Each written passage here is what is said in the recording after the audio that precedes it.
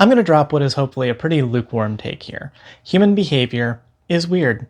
Not weird in the people doing stuff I don't understand sort of way, but weird in the despite decades of study, we're still not really amazing at understanding the nuances of why people do stuff sort of way. See, one of the things that you learn really quickly when you start studying psychology is that if you think you know for certain why the human mind is the way it is, your hubris will be put on blast by every other psychologist in the world probably. There's a reason why so many fields of psychology exist and why psychology is perhaps uniquely at risk of being co-opted by pseudoscience. And it's because no matter how many scans we develop to find out how neurons work, we're still not really great at understanding why human beings do the things we do, at least not with certainty. The best we can really do is notice patterns and provide really well-educated guesses on specific situations and circumstances. It's not that psychology is incapable of being understood, it's that we are constantly being reminded of how little a monolith humanity is. I don't want to give the impression that I think human behavior is impossible to predict or influence. Like I said, we're really good at pattern recognition, and we've done a lot of studying on human behavior. One such subject is the concept of reinforcement. Reinforcement is something that everybody thinks they understand, but that we often get wrong in a lot of ways. And part of this is due to the language we use. It's not really intuitive going from the scientific to colloquial usage. When I said reinforcement, you probably remembered positive and negative reinforcement, and you probably have a specific idea of what both of those words mean. Positive reinforcement is when you reward a desired behavior, and negative reinforcement is when you punish an undesired behavior, right? Wrong. Remember what I said about language? Well, the words that we use for reinforcement have slightly different meanings than how they're used colloquially. Reinforcement is contrasted with punishment, but these words don't have the same value meanings that they do in everyday usage. Punishment in this case literally just means to decrease the behavior, while reinforcement means to increase it. Positive indicates that you're adding something to affect the behavior, while negative means that you're removing something to affect the behavior. If you want to increase the likelihood of or reinforce a behavior, you can either add something to increase the behavior, which we call positive reinforcement, or you can remove something to increase the behavior, which we call negative reinforcement. The same goes for if you want to decrease the likelihood of or punish the behavior. You can either add something to decrease the behavior, which we would call positive punishment, or you could remove something to decrease the behavior, which we would call negative punishment. In this case, reinforcement and punishment are completely disconnected from the concepts of bad or good, as are positive and negative. You could theoretically use positive or negative reinforcement to encourage what might be considered a bad behavior, and you could also theoretically use positive or negative punishment to decrease what might be considered a good behavior. If I'm a car manufacturer and I want people to put their seatbelts on, I might design the car to make an incessant beeping noise until the use of the seatbelt is detected. This is an example of negative reinforcement. I'm taking away something, in this case the beeping noise, to increase the use of seatbelts. In contrast, if I'm a teacher and I want students to stop talking during the lesson, I might scold them when they talk. This is an example of positive punishment. I'm adding something, the scolding, to decrease the behavior of talking in class. While both reinforcement and punishment can be effective depending on the context, one thing we are pretty sure of is that humans learn behavior best through reinforcement, and specifically positive reinforcement. Punishment works best when it's tangible and immediate. The more abstract the punishment seems and the longer it takes to receive it, the less likely it is to actually affect behavior long term. Additionally, negative reinforcement has limited use when compared to positive reinforcement. None of this is completely cut and dry. There are nuances here that I don't have time to deep dive into, but it's important knowledge to have when discussing how to best affect change. Which brings me to the real subject of this video. The current leftist strategy of withholding your vote to encourage the Democratic Party to vote for leftist causes, and why this gamble appears to not be paying off. Withholding your vote for the Democratic Party seems like a form of negative reinforcement, but is it? The entire concept of reinforcement versus punishment is kind of dependent upon your framing. In the car example from before, you could argue that it's a form of positive punishment rather than negative reinforcement.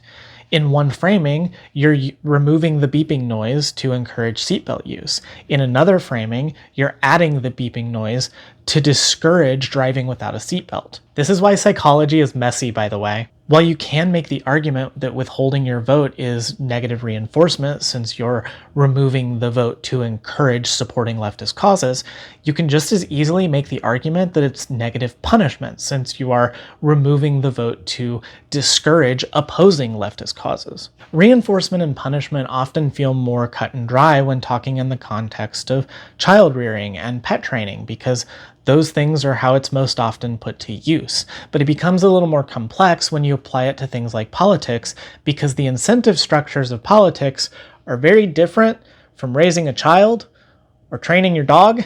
Politics is a very collaborative thing by its nature. Despite our consistent portrayal of it as cutthroat and warlike, the incentive structure of politics is much more you scratch my back, I'll scratch yours.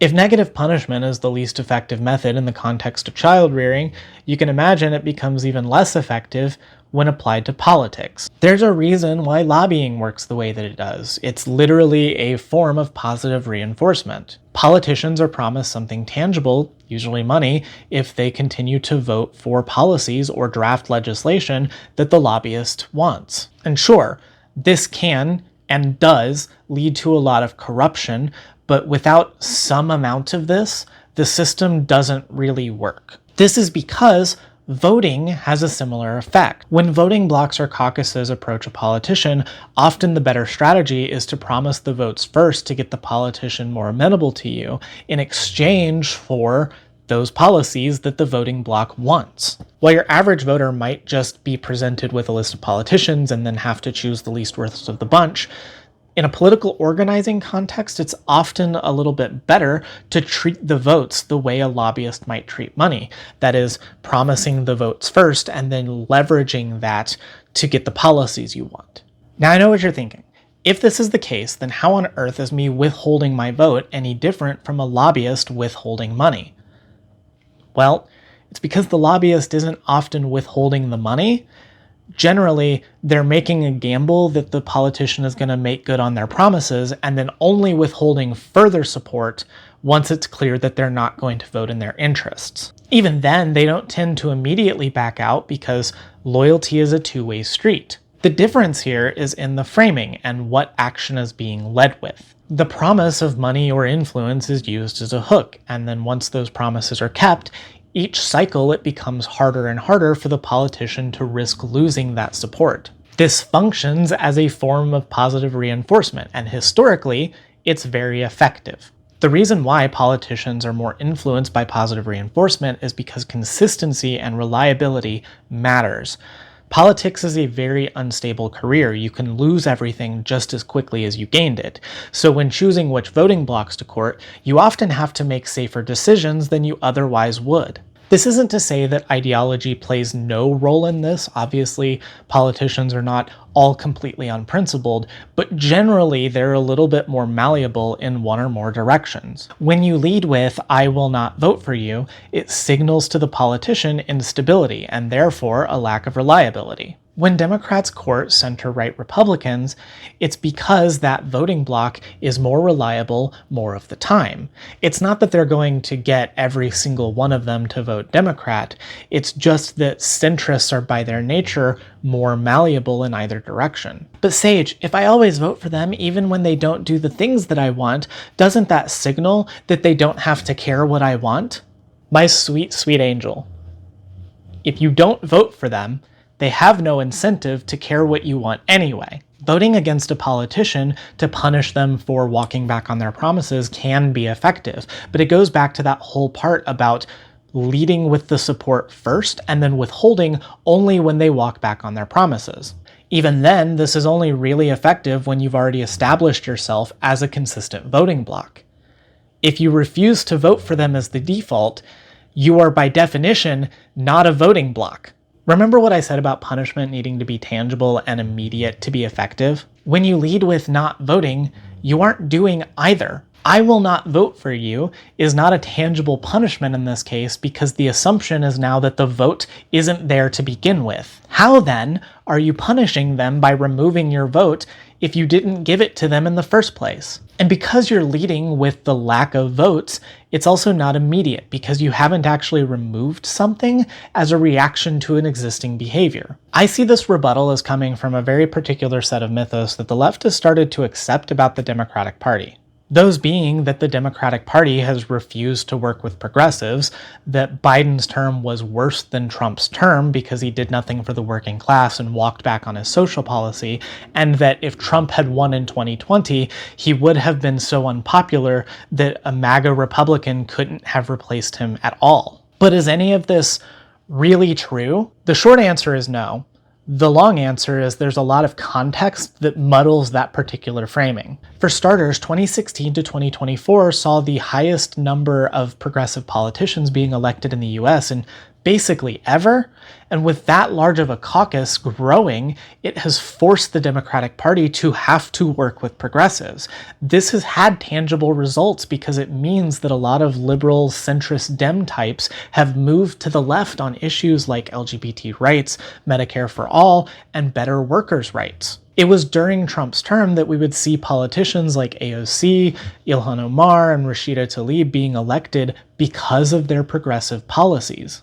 It was literally because the progressive movement had become so popular that Hillary Clinton even tried to pretend to be one in order to gain favor in 2016. But that's recognition and popularity. Were we really worse off under Biden than we were under Trump's first term? This is always a really complicated question to ask because it completely depends upon your situation and where you lived. So I'm going to speak specifically in my lane, as a transgender woman coming from a deep red state who began her transition under Biden. Obviously, not everything I say here will apply to every single person, even in the groups that I occupy, but this is where my perspective is coming from. I began to question my gender identity in the last half of Trump's term. I was unemployed during the pandemic. I lived in Indiana at the time, and then under Biden, I started working as a barista. So what was it like for me in this period and the years leading up to it? In 2016, Trump signed a bill reversing protections for clinics like Planned Parenthood in a bid to fully defund the organization. Now, this was obviously aimed at gutting abortion access, but the effect that it also had was to limit access to contraceptives, STI screenings, and breast and cervical cancer screenings. In 2017, Trump would roll back protections for federal workers who were LGBT, and then later in 2018 would ban trans people from serving in the military. That same year, he withdrew the US from the Paris Agreement and spent a lot of his time gutting environmental regulations. He also completely disbanded the Office for Pandemic Preparation within the National Security Council, which definitely didn't come to bite him in the ass. That year, the Democratic Party gained control of the House, ending the Republican trifecta they gained in 2016. While this didn't completely neuter Trump's ability to push his policies through, it did at least get him to not be able to do everything. By 2019, Trump had nominated 2 of his 3 conservative Supreme Court justices, and then in 2020 would nominate the 3rd. This directly led to the overturning of Roe v. Wade in 2022. He'd see the US into an economic recession in 2020, completely botched the handling of the pandemic, though he did sign a stimulus bill that provided a lot of money directly to Americans, and then also cracked down on protester rights during the George Floyd protests that year. Now, I know that was a lot, but let's compare this to the Biden administration. In 2021, Biden saw through the full distribution of the COVID vaccine. He signed another stimulus bill giving money directly to low-income Americans, extending the child tax credit, and then also providing paid leave to more than 100 million workers through federal grants. Biden reversed Trump's plan to withdraw from the World Health Organization before it even went into effect, rejoined the Paris Agreement, and canceled the construction of the Keystone XL pipeline. He signed an executive order reversing Trump's attempt at restricting federal workers' ability for collective bargaining, and then he even reversed Trump's trans military ban within his first week in office. In 2022, Biden appointed Ketanji Brown Jackson to the Supreme Court, which ensured that the court wouldn't be stacked with more conservative judges. That year, Biden's NLRB would go after Amazon and Starbucks for alleged union-busting practices. This is often countered by pointing out Biden forcing rail workers to accept a contract that they didn't like in order to prevent a rail strike. Now, this does seem pretty bad on its face, but the part of the story that often isn't told is that Biden's the reason why those rail workers got the protections they were seeking anyway by leveraging his decision with the rail companies. Biden signed the Respect for Marriage Act into law, which repealed the Defense of Marriage Act and required states to recognize other states' marriage certificates. And in 2023, Biden would be the first president ever to stand with workers on a picket line and then sent officials to aid in negotiations between auto companies and the UAW. While Biden had plenty of missteps, he was unarguably the most progressive president since LBJ. What we saw during Biden's term was an inverse of Trump's. Halfway through, the Republican Party would gain control of the House while the Senate would still be controlled by the Democrats, which left the federal government in like a really large state of gridlock. The Republican strategy shifted to vehemently opposing Biden's social policy and refusing to engage with the other side at all. So given all of this, was I better off during Trump's first term than I was under Biden? Well, in terms of non-trans related policies, no, not at all. Biden was better on environmental protections, better on workers' rights, better on healthcare, and better for civil rights protections. But in terms of trans policies, I would still argue I was safer under Biden. I began my social and medical transition in 2021, about 6 months into Biden's term. For all intents and purposes, I had a fairly easy time transitioning. I was able to change my name and my gender marker on all of my documents, including my birth certificate, something that I would not be able to do now if I had done it after 2024. I had no trouble getting my HRT because it was covered by state Medicaid, and then later, my employer insurance covered all of my transition surgeries. Part of why it was so relatively easy for me was that Republican hyper-focus on anti-trans policies didn't really ramp up until the midterms during Biden's term. While Trump and Republicans did take some swings at trans people specifically, things like bathroom bills and erosion of protections tended to die in committees. This was if they were even being drafted at all. This is because the general public really just didn't care enough about us at all to really go all in on the demonizing. It was only after Biden started speaking about Trans Day of Visibility, protecting our healthcare, and forming committees to learn about our issues that Republicans started this whole trans panic. Now, obviously, we weren't accepted in society a decade ago, but we were relatively less controversial just due to being out of the spotlight. And additionally, the majority of the attacks on trans people during Biden's term came from conservative states like Texas, Florida, and Tennessee, not the federal government. It's no surprise to me that Indiana started becoming much less safe for trans people after the more moderate governor Eric Holcomb was replaced by the MAGA governor Mike Braun. It was only after the midterm trans panic that Republicans in Indiana went all in on trans youth healthcare bans and banning trans youth in sports. And it's only been since Trump's re-election that they've been making us a primary focus. And while a few states like Tennessee and Florida did get on the train a little bit early, most of this nationwide really didn't start until 2023 after the midterms. The idea that we were better off under Trump's first term than we were under Biden's comes out of a recency bias. In terms of domestic and social policy, the majority of the setbacks we experienced during Biden's term was directly a result of Trump stacking the Supreme Court with conservative justices. Boo. Editing Saige jump scare. I realized while editing this video that the take that I did for this particular section was like really bad. So I need to re-explain it.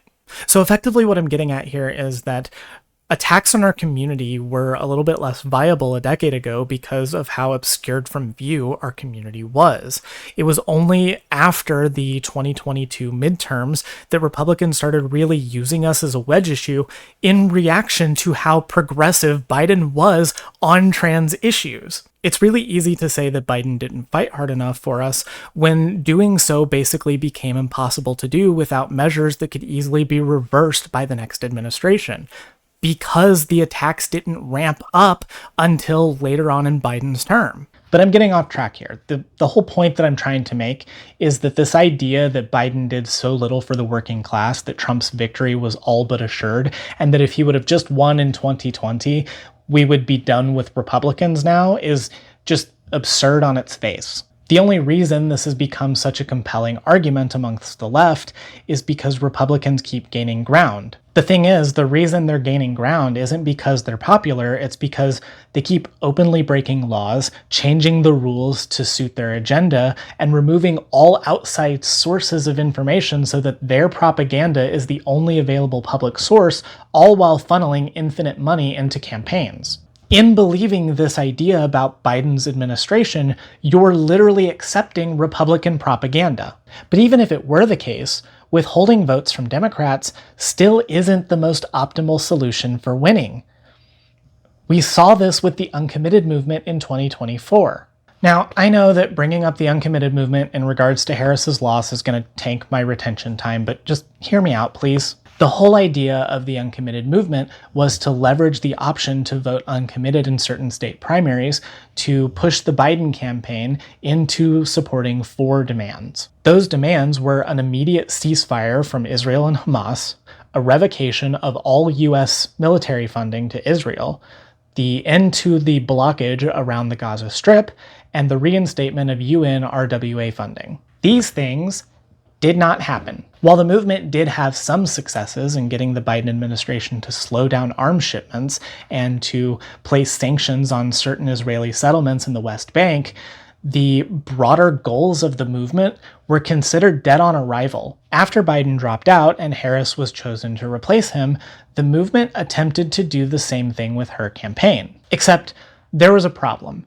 The movement itself was based around an action that could only really be performed in the primary, and even then only in a few states, meaning by this point the leverage they had in the primaries was all but gone. This meant that voting uncommitted in the general would have the same effect as not voting, and as we've already established, if you're not a consistent voting bloc, it will push candidates to seek support elsewhere. This led to the Harris campaign eventually predictably writing off these voters as lost causes. And with nowhere else from the broader left-leaning tent to seek support from, they pivoted to the center-right. The Uncommitted movement not only played its hand too early, it was also based on the assumption that either negative reinforcement or positive punishment, whatever your framing is, would work, which was a false assumption. It didn't work as reinforcement because the portion of the base that participated wasn't a consistent enough voting bloc to be used as leverage, and it didn't work as punishment because it wasn't tangible. You can't lose votes you don't have. No one knows for certain whether or not the Uncommitted movement had an effect on the outcome of the 2024 election. But that's precisely why it was a massive failure. See, I do suspect that the campaign from people within this movement to convince voters that Trump and Harris were ideologically no different and that their choice didn't matter did influence people into not voting. Harris received 6 million less votes than Biden did in 2020. Trump received 3 million more votes than he did in 2020. And the total combined amount of votes from third-party candidates was about 2.9 million, which is roughly equivalent to what it was in 2020, which means there are 3 million less voters overall in 2024 than participated in 2020. Now, I obviously can't claim with certainty that the Uncommitted movement had culpability for this, but what I can say is that the message matters. Near the end of the campaign, not only did the national branch of the Uncommitted movement refuse to endorse any candidate, several of the state branches endorsed third-party candidates anyway. I don't know that this had an impact on the voting numbers writ large, but I do know that when you galvanize an entire base of people and then you refuse to direct that base to vote for anyone, it sends a message that not voting is the correct option. Whenever you bring up the Uncommitted movement's campaign in regards to Harris's loss, you're often met with two specific rebuttals. The first being polling data showing the movement had little impact on the state of the election. The problem with this is that political opinion polling is inherently skewed by a selection bias. The types of people who are likely to participate in political opinion polling are people who pay attention to or are active in politics, and those people don't tend to be non-voters. So we can't really totally trust that political opinion polling accurately reflects the non-voting population because that population is less likely to participate in the polling. The second rebuttal tends to go something like, you really think that the Uncommitted movement was capable of influencing that many people to not vote? Isn't it just more likely that Harris was less popular and would have lost regardless?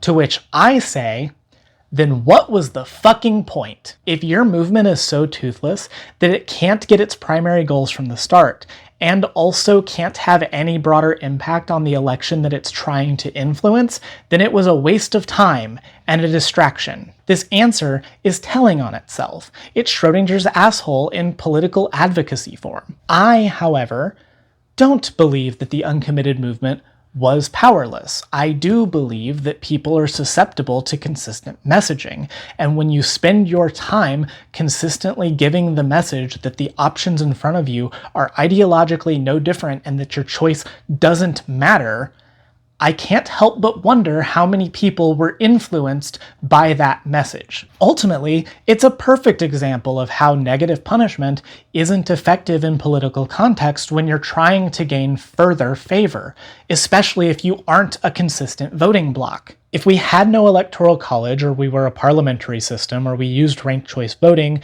this kind of thing might work more often because those structures would allow for the smaller parties to influence the bigger parties' platforms. But that's not the hand we were dealt.